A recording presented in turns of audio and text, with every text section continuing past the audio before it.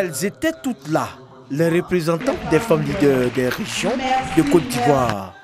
Réunies à la mairie de Daloa, elles avaient un double objectif: lutter pour l'autonomisation de la femme et l'engagement pour l'égalité des sexes. Nous sommes venus pour une revendication et pour faire des propositions au gouvernement. Il y a plusieurs points qui ont été abordés: l'autonomisation de la femme, l'intervention des femmes dans les instances de décision, la parité dans les instances de décision. Pour la vice-présidente de l'association, les femmes ont une part importante à jouer dans l'émergence de la Côte d'Ivoire, d'où leur souhait que la parité homme-femme soit une réalité en Côte d'Ivoire.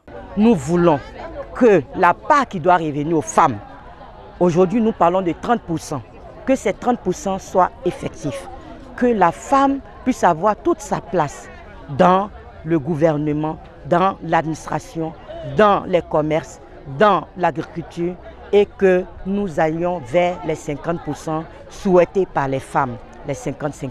Chères femmes, ensemble, menons à bien l'autonomisation et l'engagement des femmes ivoiriennes.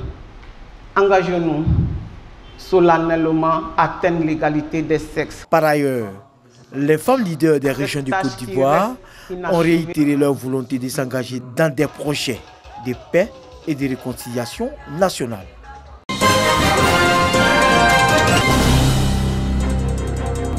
Daloa, chef-lieu de la région du Haut-Sassandra.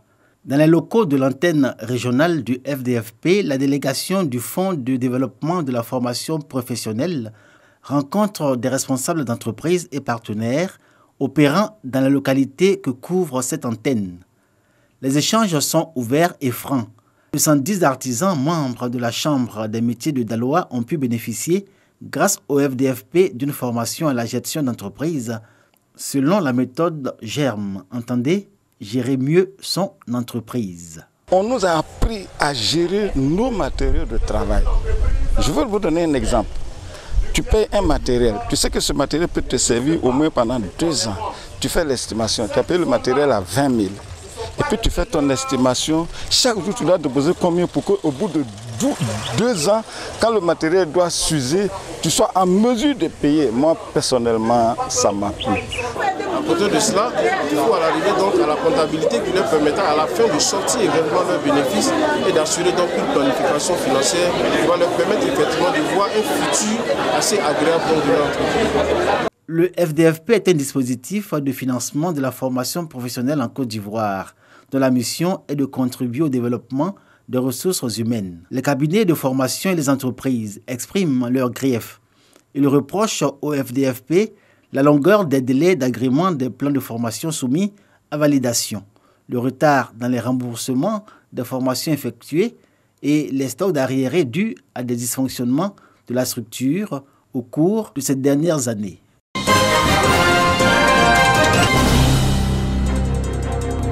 Mille kits scolaires pour les enfants des hommes des médias et ceux des familles défavorisées des régions du Ourodougou, du Béré et du Bafing.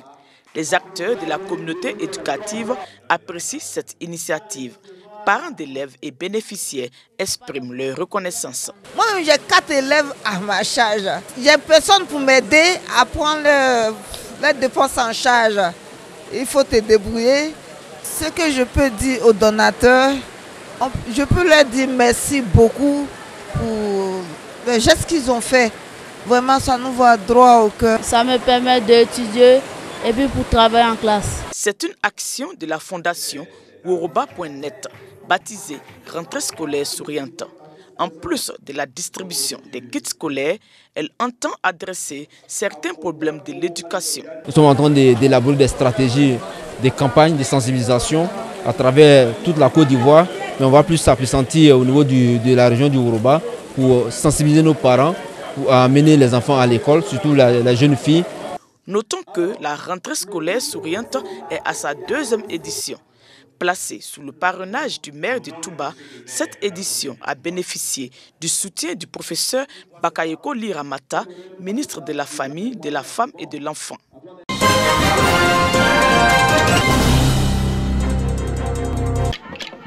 Abié, village de la sous-préfecture de Yakassene dans la région de Lamé. Ce village a vécu récemment une ambiance particulière. La raison, les populations ont procédé à la pose de la première pierre de la construction d'un nouveau collège de proximité. Mais aujourd'hui, sans l'éducation, nous ne sommes rien. Et voilà pourquoi j'ai décidé qu'on puisse sauver la génération de demain. Je suis convaincu que c'est par l'école que nous allons nous en sortir, que c'est par la formation que nous allons nous en sortir et surtout appuyer les promoteurs privés. Les coins reculés doivent avoir aussi leur lycée et leur collège pour que les parents puissent suivre de très près la formation des enfants. Un établissement d'enseignement général et technique qui permettra à sa livraison de réduire la distance pour les apprenants qui allaient parfois à Zopé, chef-lieu de région. Mieux, cet établissement disposera d'un internat. C'est un bâtiment de 20 classes. Au sein de cet établissement, il y a un laboratoire, une infirmerie, l'administration.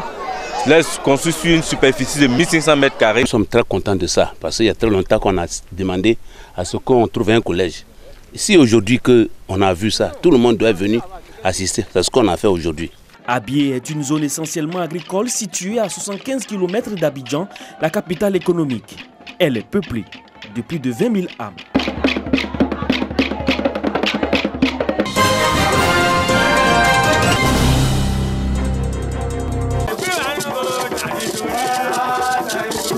Les danses traditionnelles du Bofesso, origine et fonction. C'est autour de ce thème fédérateur que s'est déroulée la 3e édition du Monzi Festival de Bofesso, localité de la sous-préfecture de Sandou-Soba dans le département de Mans.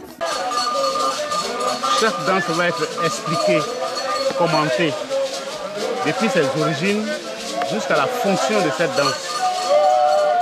Le moment où elle est pratiquée et surtout la signification des gestes et les leçons que les jeunes doivent en tirer. Monzi, qui signifie en langue locale « chose ancienne », a pour objectif de ressusciter et enseigner les valeurs traditionnelles aux générations actuelles et futures, les préserver et les faire connaître au-delà des frontières. Il s'agit de la pratique de la langue locale, le boro, les chants, les danses, les jeux de société à visée éducative ou ludique, l'art culinaire ou vestimentaire et bien d'autres choses. Une initiative de l'ensemble des cadres de Bofesso, appréciée et qui mérite d'être soutenue.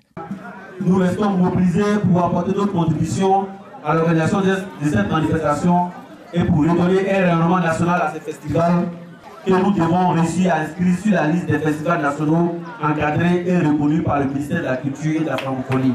Les nombreux festivaliers venus d'ici et d'ailleurs apprécient. Il faut participer à ces festivités pour réjouir le cœur de notre population et valoriser ce village. C'est important pour la sauvegarde de notre valeur, de nos valeurs et de notre... En plus des danses mises en exergue, l'édition 2019 a fait aussi une part belle au processus d'extraction et de production de l'huile de palme ou huile rouge. Tout est art ici en pays d'Am.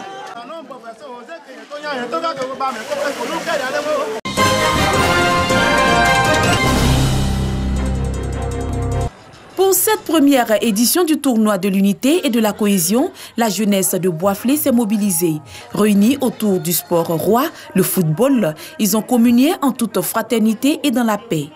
Bricole FC en rouge est sorti victorieux de cette rencontre face à l'équipe de Génération 2000 en jaune, sur un score de 4 buts à 2.